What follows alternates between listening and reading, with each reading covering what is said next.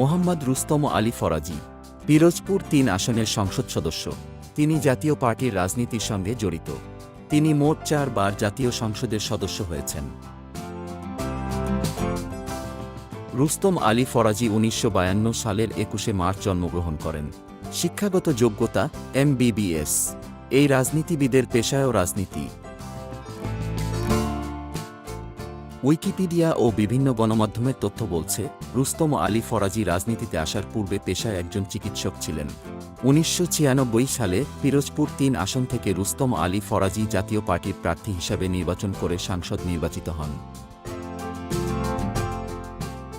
এরপর ২০০১ সালে বাংলাদেশ জাতীয়তাবাদী দলের প্রার্থী হিসাবে নির্বাচনে অংশ নেন। ওই নির্বাচনেও তিনি সাংসদ নির্বাচিত হন। এছাড়া তিনি একবার উপজেলা চেয়ারম্যানও নির্বাচিত হন। ২০১৪ সালে অনুষ্ঠিত দশম নির্বাচনে তিনি স্বতন্ত্র প্রার্থী হিসাবে সাংসদ নির্বাচিত হন। তিনি পাবলিক অ্যাকাউন্টস সম্পর্কিত সংসদীয় স্থায়ী কমিটির সদস্য ছিলেন।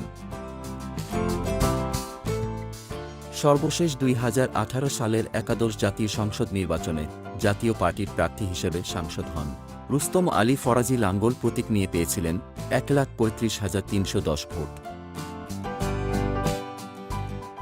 অন্যদিকে তার নিত্যম প্রতিদ্বন্দ্বী বিএনপির রুহুল আমিন দুলাল ধানের শীষ প্রতীক নিয়ে ৭,৬৯৮ ভোট পেয়েছিলেন। রুস্তম আলী ফরাজি মোট ৫ বার সংসদ নির্বাচনে অংশগ্রহণ করেন। এর মধ্যে ৪ বার বিজয়ী হয়ে তিনি সংসদ সদস্য নির্বাচিত হন।